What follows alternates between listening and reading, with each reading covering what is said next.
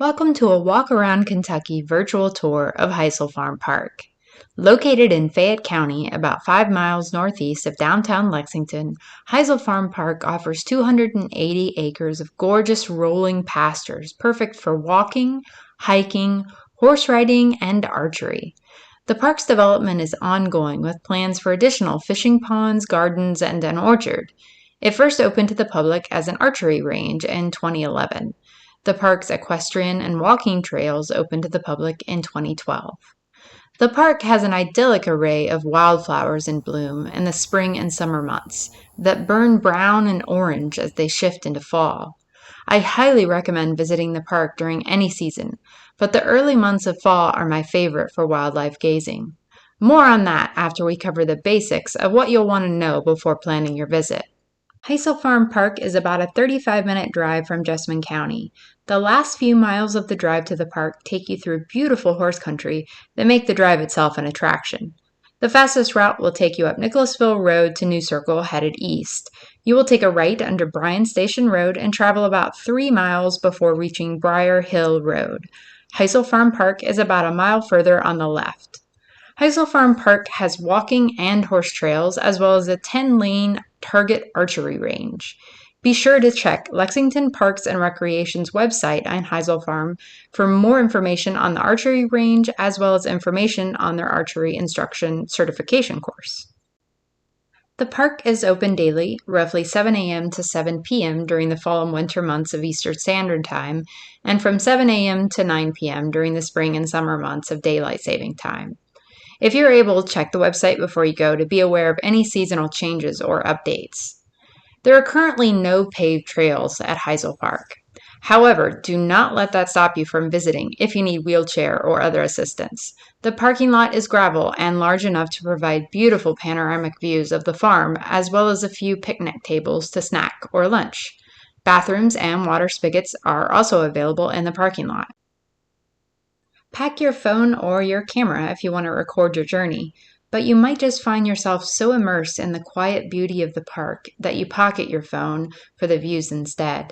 Sunscreen and a head covering is advised during the summer months, as most of the park is without tree cover with full exposure to the sun. You'll also want to pack plenty of water and perhaps binoculars for bird watching. The trails at Hisle Park are intended for use as both hiking and equestrian trails. Bikes are not permitted. Pets are permitted but must be leashed. There are 2 trails, but any number of combinations you can hike or walk them.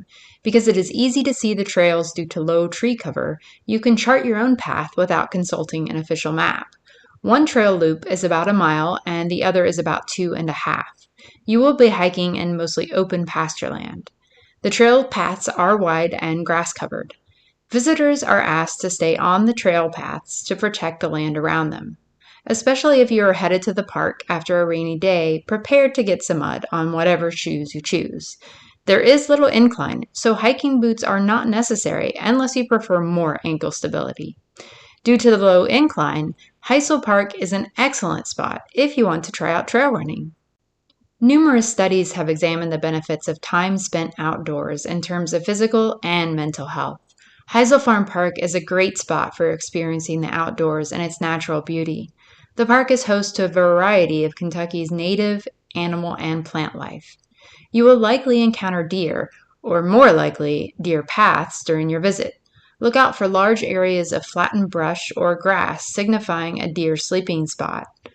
Once deer locate a safe spot for sleeping, they return to it habitually. White-tailed deer sleep for 30 to 45 minutes at a time, then they rise to check their area and start their sleep cycle again, always with heightened senses on alert for their predators. The intense purple blooms of ironweed wildflower, named for its tough stem, become just as intense and striking as they change to brown in the fall months. Milkweed is another native plant you will likely spot in the spring, summer, or fall months. Around September in Kentucky, milkweed seed pods turn brown, then slowly start to open, revealing their seeds. Attached to the seeds is the culma. The culma are white hairs, also known as floss, silk, or plume. The culma is vital to the milkweed's natural propagation, allowing each seed to travel by air. Milkweed needs a period of cold stratification to germinate, so the fall and winter months are essential to its survival. Be careful not to trip on the fruit of Osage orange trees if you visit in the summer or fall months.